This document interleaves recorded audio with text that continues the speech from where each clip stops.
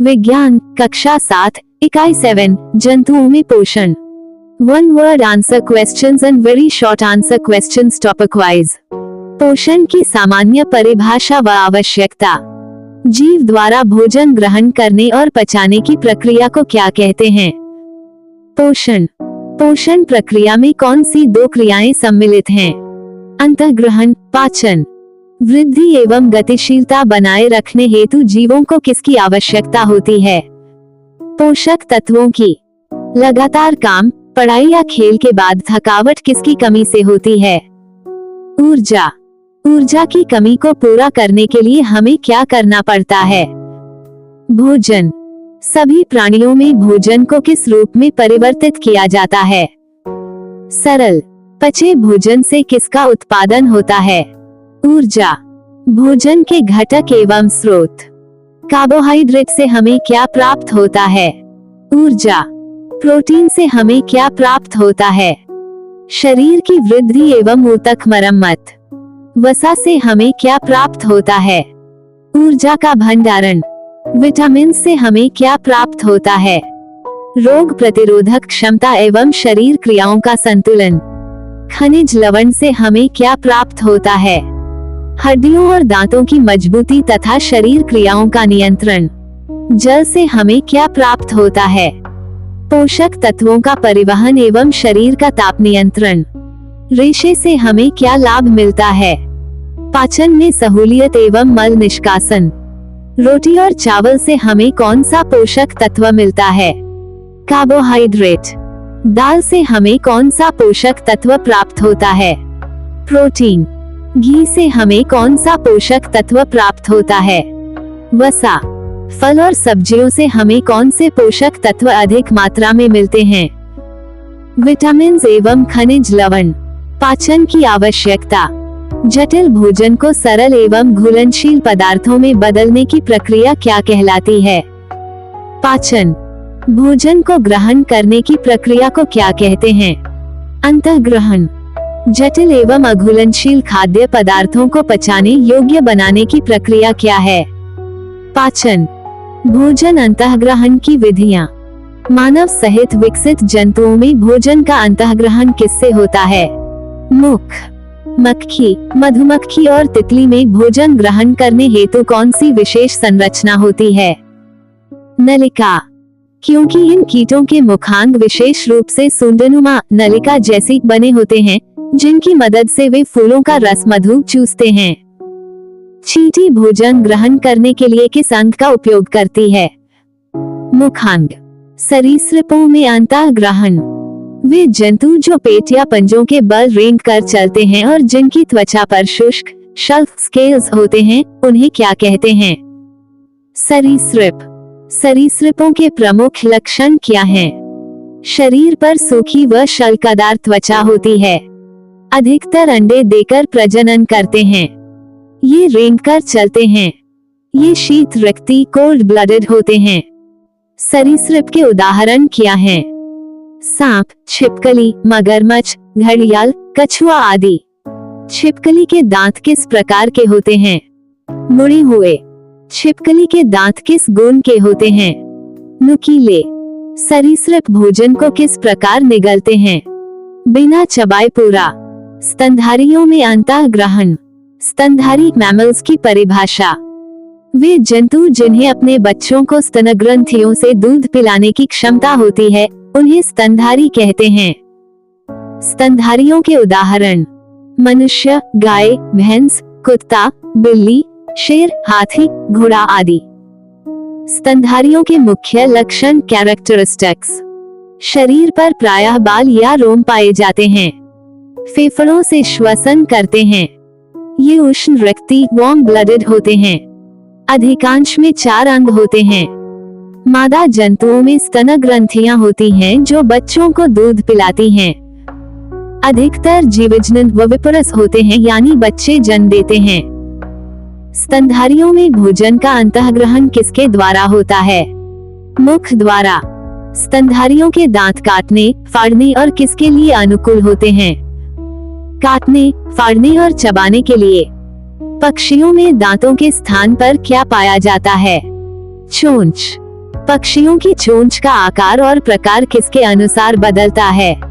भोजन के प्रकार और खाने की विधि। बाज और चील जैसे पक्षियों के पंजे किस प्रकार के होते हैं? पैने। बाज और चील जैसे पक्षियों के पंजे किस गुण के होते हैं? मजबूत। बाज और चील अपनी चोंच और पंजों की सहायता से क्या करते हैं? शिकार पकड़ना और फाड़ना। सूक्ष्म जीवों में अंतःग्रहण। अमीबा में भोजन का अंतःग्रहण किससे होता है? पादाभ या कूटपाद। हाइड्रा भोजन के संग से ग्रहण करता है। मुख से स्पर्शकों की सहायता से। मानव में पाचन। मनुष्य में भोजन के पाचन के कुल कितने चरण होते हैं? 5। 1. अंतःग्रहण इंजेस्शन भोजन ग्रहण करना। 2. पाचन डाइजेस्शन जटिल भोजन को सरल पदार्थों में बदलना। 3. अवशोषण अब्जॉर्प्शन पोषक तत्वों का रक्त में अवशोषण। 4. समांगीकरण असिमिलेशन कोशिकाओं द्वारा पोषक तत्वों का उपयोग। 5. बहिष्करण इजेस्शन अनुपयोगी भोजन को बाहर निकालना। मनुष्य में भोजन का पाचन किस नली में होता है? आहार नाल। मनुष्य में भोजन किस नली से गुजरता है? आहार नाल। आहार नाल एलिमेंटरी सीएनल के कितने मुख्य अंग होते हैं? 7. 1. मुखगुहा माउथ सी कैविटी। 2. ग्रासनली ईसोफेगस। 3. आमाशय स्टमक। 4. छोटी आंत स्मॉल इंटेस्टाइन। 5.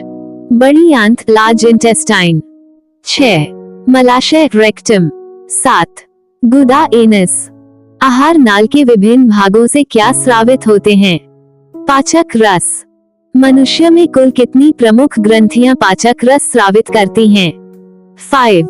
1. लार ग्रंथियां सैलिवरी ग्लैंड्स। 2. आमाशय ग्रंथियां गैस्ट्रिक ग्लैंड्स। 3. यकृत लिवर। 4. अग्न्याशय पैंक्रियस। 5. छोटी आंत की ग्रंथियां इंटेस्टिनल ग्लैंड्स। 1. लार ग्रंथियां सैलिवरी ग्लैंड्स क्या स्रावित करती हैं? लार सलाइवा। लार ग्रंथियों से कौन सा एंजाइम निकलता है? Ptyalin salivary amylase. टायलिन किसे ग्लूकोज में बदल देता है? कार्बोहाइड्रेट। 2. आमाशय ग्रंथियों से कौन सा पाचक रस स्रावित होता है? जठर रस गैस्ट्रिक जूस। जठर रस में कौन सा अम्ल पाया जाता है? हाइड्रोक्लोरिक अम्ल HCl। जठर रस में कौन कौन से एंजाइम पाए जाते हैं? पेप्सिन और रेनिन। पेप्सिन किसका पाचन करता है? प्रोटीन। प्रोटीन का आंशिक पाचन होकर किसमें बदलता है? Peptides polypeptides. पेप्सिन किस अम्ल की उपस्थिति में कार्य करता है? हाइड्रोक्लोरिक अम्ल HCl। रेनिन किसका पाचन करता है? दूध के प्रोटीन कैसेन का। दूध का प्रोटीन कैसेन रेनिन की क्रिया से किसमें बदलता है? दही कर्ड में। रेनिन मुख्यतः किसके पाचन में सहायक है? शिशुओं में दूध के पाचन में। दूध को दही में बदलने वाला एंजाइम कौन सा है? रेनिन। 3. यकृत लिवर क्या स्रावित करती हैं? पित्त रस बाइल जूस। यकृत से कौन सा एंजाइम निकलता है? कोई नहीं। यकृत से केवल पित्त रस निकलता है जिसमें एंजाइम नहीं होते। पित्त रस कहाँ संग्रहित होता है? पित्ताशय गॉल ब्लैडर में। पित्त रस छोटी आंत में किस मार्ग से पहुंचता है? पित्त नली बाइल डक्ट से। पित्त रस का रंग कैसा होता है? हरा या पीला? पित्त रस में कौन सा पाचक एंजाइम पाया जाता है? कोई नहीं। पित्त रस का मुख्य कार्य क्या है? वसा का इमल्सीकरण करना। वसा को छोटे छोटे कणों में तोड़ने की प्रक्रिया क्या कहलाती है? इमल्सीकरण। इमल्सीकरण के बाद वसा का पाचन किस एंजाइम द्वारा होता है? लाइपेज। 4. अग्न्याशय पैंक्रियास क्या स्रावित करता है? अग्न्याशयी रस पैंक्रियाटिक जूस। लाइपेज किस पाचक रस में पाया जाता है? अग्न्याशयी रस। लाइपेज एंजाइम कहाँ से स्रावित होता है? अग्न्याशय पैंक्रियास से। लाइपेज एंजाइम किसका पाचन करता है? वसा फैट्स का। लाइपेज वसा को तोड़कर किन किन में बदलता है? वसा अम्ल फैटी एसिड्स और ग्लिसरॉल। वसा का इमल्सीकरण किस रस की सहायता से होता है जिससे लाइपेज कार्य कर सके? पित्त रस। अग्न्याशय से कौन सा एंजाइम स्टार्च को तोड़ता है? एमाइलेज। अग्न्याशय से कौन सा एंजाइम प्रोटीन तोड़ता है? ट्रिप्सिन। 5 छोटी आंत की ग्रंथियां इंटेस्टिनल ग्लैंड्स क्या स्रावित करती हैं? आंतरीय रस, इंटेस्टिनल जूस। आंतरीय रस से कौन सा एंजाइम माल्टोज को तोड़ता है? माल्टेज। माल्टेज एंजाइम माल्टोज को किसमें तोड़ता है? ग्लूकोज। आंतरीय रस से कौन सा एंजाइम सुक्रोज को तोड़ता है? सुक्रेज। सुक्रेज सक्रेज एंजाइम सुक्रोज को किसमें तोड़ता है? ग्लूकोज और फ्रुक्टोज। आंतरीय रस से कौन सा एंजाइम लैक्टोज को तोड़ता है? Lactase. Lactase lactase enzyme lactose को किसमें तोड़ता है? ग्लूकोज और गैलेक्टोज। आंतरीय रस से कौन सा एंजाइम पेप्टाइड्स को तोड़ता है? Peptidase. Peptidase peptidase enzyme peptides को किसमें तोड़ता है? अमीनो अम्ल, अमीनो एसिड्स। पाचन प्रक्रिया आहार नाल के किस भाग में पूर्ण होती है? छोटी आंत। छोटी आंत के किस भाग में भोजन का अवशोषण होता है? अंतिम भाग। आहार नाल का प्रथम भाग कौन सा है? मुखगुहा। आहार नाल का अंतिम भाग कौन सा है? गुदा। मुखगुहा से आमाशय तक भोजन किससे गुजरता है? ग्रासनली। छोटी आंत के बाद कौन सी आंत आती है? बड़ी आंत। मुख में पाचन। मुख में भोजन को कौन तोड़ता और चबाता है? दांत। मनुष्य के मुख में कितने प्रकार के दांत पाए जाते हैं? 4। दांतों के प्रकार एवं कार्य। दूध के दांत, मिल्क टीथ, टेम्पररी टीथ कितने होते हैं? 20। प्रत्येक जबड़े ऊपरी व निचले में 10। स्थायी दांत, परमानेंट टीथ कितने होते हैं? 32। प्रत्येक जबड़े में 16। स्थायी दांत, परमानेंट टीथ कितने प्रकार के होते हैं? 5। 1। कृंतक इंसाइजेस 8, ऊपरी 4 जोड़ निचले 4। 2। रत्नक सिएनाइन्स 4, ऊपरी 2 जोड़ निचले 2। 3। अग्रचर्वणक प्रीमोलर्स 8, ऊपरी 4 जोड़ निचले 4। 4। चर्वणक मोलर्स 12, ऊपरी 6 जोड़ निचले 6, जिनमें 4 अकलदार शामिल हैं।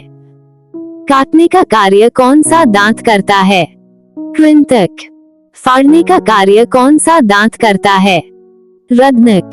पीसने और चबाने का कार्य कौन सा दांत करता है? अग्रचर्वणक। पीसने और चबाने का कार्य करने वाला दूसरा दांत कौन सा है? चर्वणक। मुखगुहा, माउथ सी कैविटी। दांतों की ऊपरी परत क्या कहलाती है? इनेमल। शरीर का सबसे कठोर पदार्थ कौन सा है? इनेमल। इनेमल मुख्यतः किस लवण से बना होता है? कैल्शियम एनेमिलिन। रोटी को अधिक देर चबाने पर वो कैसी लगने लगती है? मीठी। मुखगुहा में कौन सा पाचक रस स्रावित होता है? लार। लार में कौन सा एंजाइम पाया जाता है? टाइलिन। मुखगुहा में किस अवयव का पाचन होता है? कार्बोहाइड्रेट। मुखगुहा में कार्बोहाइड्रेट पचकर किस में बदलता है? माल्टोज। ग्रासनली ईसोफेगस। ग्रासनली में कौन सा पाचक रस स्रावित होता है? कोई नहीं। ग्रासनली में भोजन किस रूप में रहता है? चबाया हुआ। लार के साथ भोजन आहार नाल के किस भाग में पहुंचता है? ग्रासनली। आमाशय, स्टमक। ग्रासनली से भोजन किस अंग में जाता है? आमाशय। आमाशय से कौन सा रस स्रावित होता है? जठर रस। आमाशय में किस अवयव का पाचन होता है? प्रोटीन। जठर रस में कौन सा एंजाइम पाया जाता है? पेप्सिन। पेप्सिन किसका पाचन करता है? प्रोटीन। जठर रस में कौन सा एंजाइम दूध को दही में बदलता है? रेनिन। आमाशय की दीवारों से कौन सा अम्ल स्रावित होता है? हाइड्रोक्लोरिक अम्ल। भोजन को अम्लीय बनाने वाला द्रव्य कौन सा है? हाइड्रोक्लोरिक अम्ल। सूक्ष्म जीवाणुओं को नष्ट करने वाला द्रव्य कौन सा है? हाइड्रोक्लोरिक अम्ल। प्रोटीन का आंशिक पाचन होकर क्या बनता है? पॉलीपेप्टाइड्स। छोटी आंत। आमाशय से भोजन के सांत में पहुंचता है। छोटी आंत। पाचन के लिए छोटी आंत में कौन सा रस पहुंचता है? पित्त रस। पित्त रस किस अंग से निकलता है? यकृत। छोटी आंत में पाचन के लिए कौन सा दूसरा रस पहुंचता है? अग्न्याशयी रस।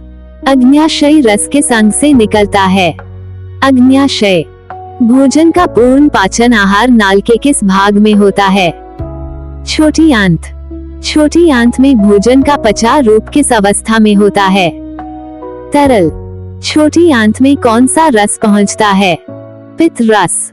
छोटी आंत में पाचन के लिए दूसरा रस कौन सा पहुंचता है? अग्न्याशयी रस। पित्त रस किसके पाचन में सहायक होता है? वसा। छोटी आंत में भोजन का पाचन पूर्ण होकर कौन सा शर्करा बनता है? ग्लूकोज। छोटी आंत में प्रोटीन का पाचन होकर क्या बनता है? अमीनो अम्ल। छोटी आंत में वसा का पाचन होकर क्या बनता है? ग्लिसरॉल। छोटी आंत में वसा पचकर किसके साथ अवशोषित होती है? वसा अम्ल। स्टार्च और माल्टोज का अंतिम रूप क्या बनता है? ग्लूकोज। अवशोषण एवं समांगीकरण। छोटी आंत के अंतिम भाग की दीवारों पर क्या पाया जाता है?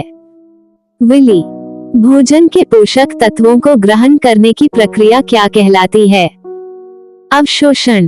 अवशोषण के बाद पचे भोजन के उपयोग की प्रक्रिया क्या कहलाती है? समांगीकरण। अवशोषित पोषक तत्वों का कोशिकाओं में उपयोग किस प्रक्रिया से होता है?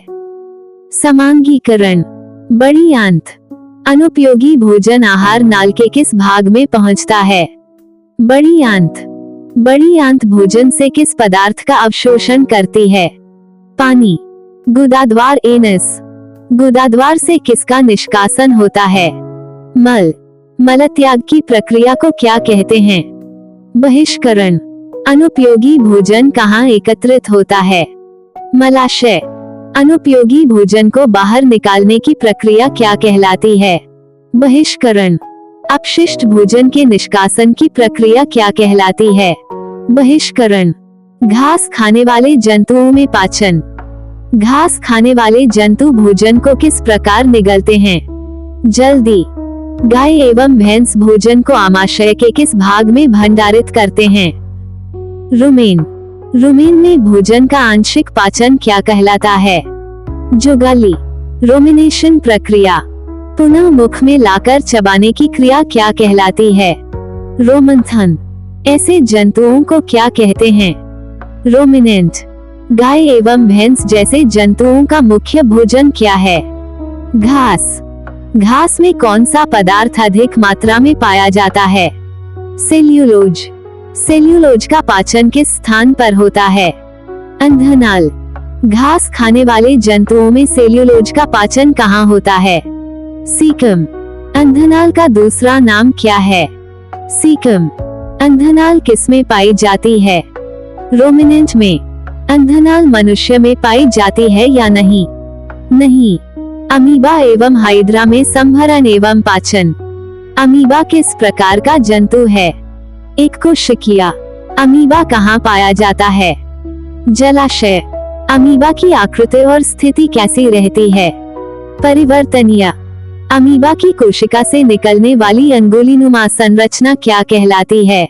पादाब स्यूडोपोडिया। पादाब अमीबा को क्या प्रदान करता है? गति। अमीबा भोजन पकड़ने के लिए किस संरचना का उपयोग करता है? पादाब।